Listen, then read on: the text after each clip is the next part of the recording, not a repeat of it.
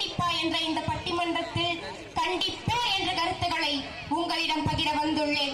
அடியாத மாடு படியாது, போட்டாத்தா அடி மேல அடி வச்சாத்தா அம்மையே நகரும். முற்றிய நெல்லியும் மூத்தோ சொல்லும். முதல்ல கசக்க தாயா செய்யும், அப்புறம் அது இனிக்கும் போதுதான் தெரியும். சரியா சொன்னீங்க தம்பி. ஒரு வீட்டை எடுத்துக்கோங்க. ஒரு அப்பா பையன் இருக்காங்க. அந்த அப்பா அந்த பையனை சின்ன வயசுல இருந்து கண்டிச்சுக்கிட்டே வராரு. இது அந்த பையனுக்கு ஆரம்பத்துல கசந்துச்சு. தன் அப்பா தன்னை வெறுக்கிறதாவும் நினைச்சுக்கிட்டாரு. அவர் வளர்ந்து தன்னோட லட்சியத்தை அடைஞ்சதுக்கு அப்புறம் தான் தன் அப்பாவின் அந்த கண்டிப்பினுடைய அருமை அவருக்கு தெரிய வந்துச்சு. நீங்க தொடருங்க தம்பி, தொடருங்க. கண்டிப்பு இந்த வார்த்தையை கேட்டாலே சிலருக்கு பயம் வரலாம். எனக்கு எங்க அம்மா தான் ஞாபகத்துக்கு வராங்க. கண்டிப்பா யாரு கண்டுபிடிச்சதுன்னு கேட்டா எங்க அம்மாவை தான் நான் சொல்லுவேன். ஏன்னா என்னைய புடிச்சு அடிச்சு பட்றான்னு திட்டி இந்த காப்பியை கொண்டாந்து கொடுத்து சொன்னா கேளு மனப்பாடம் பண்ணிட்டியா எங்க சொல்லும் போது எனக்கு அவ்வளவு கஷ்டமா இருக்கும்.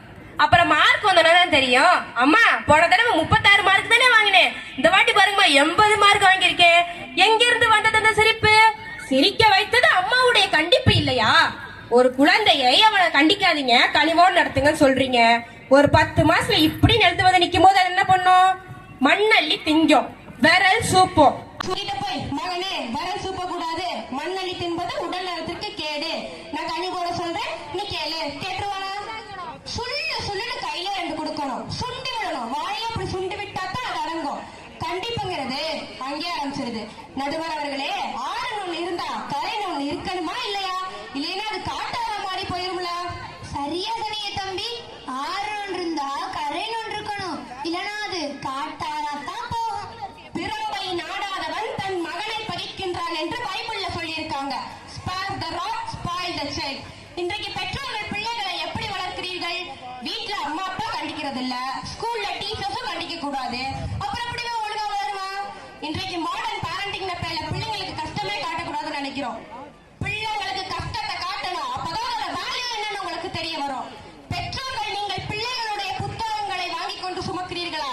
நீங்கள் சுமக்காதீர்கள், அவன் கையில் கொடுத்து விடுங்கள். அது 5 கிலோவாக இருந்தாலும் சரி தூக்கி கொண்டு போகட்டும்.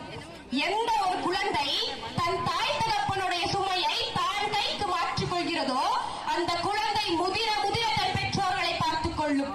எந்த ஒரு பெற்றோர் தன் குழந்தைகளுக்கு எந்த விதமான சுமையையும் சுமக்க கூடாது என்று நினைக்கிறார்களோ சாகும் வரை அந்த குழந்தையை நீங்கள் தான் பார்த்துக் கொள்ள வேண்டும். உங்கள் வளர்ப்பு முறையில் உள்ள சிக்கல்களையும் கண்டிப்புகளையும் உணர்ந்து பாருங்கள். கண்டிப்புன்னு ஒண்ணு காட்டவே இல்லனா அவ எப்படி பொறுப்பா இருப்பா? பொறுப்பில்லாம தான் இருப்பா. அன்கம்ஃபர்டபிள், நான் கேட்பது கிடைக்கிறது, கேட்பதற்கு முன்பே கிடைக்கிறது, சந்தோஷம் அமைச்சுட்டு போய்கிட்டே இருக்க வேண்டியதுதான். இவ்வளவு சிரமம்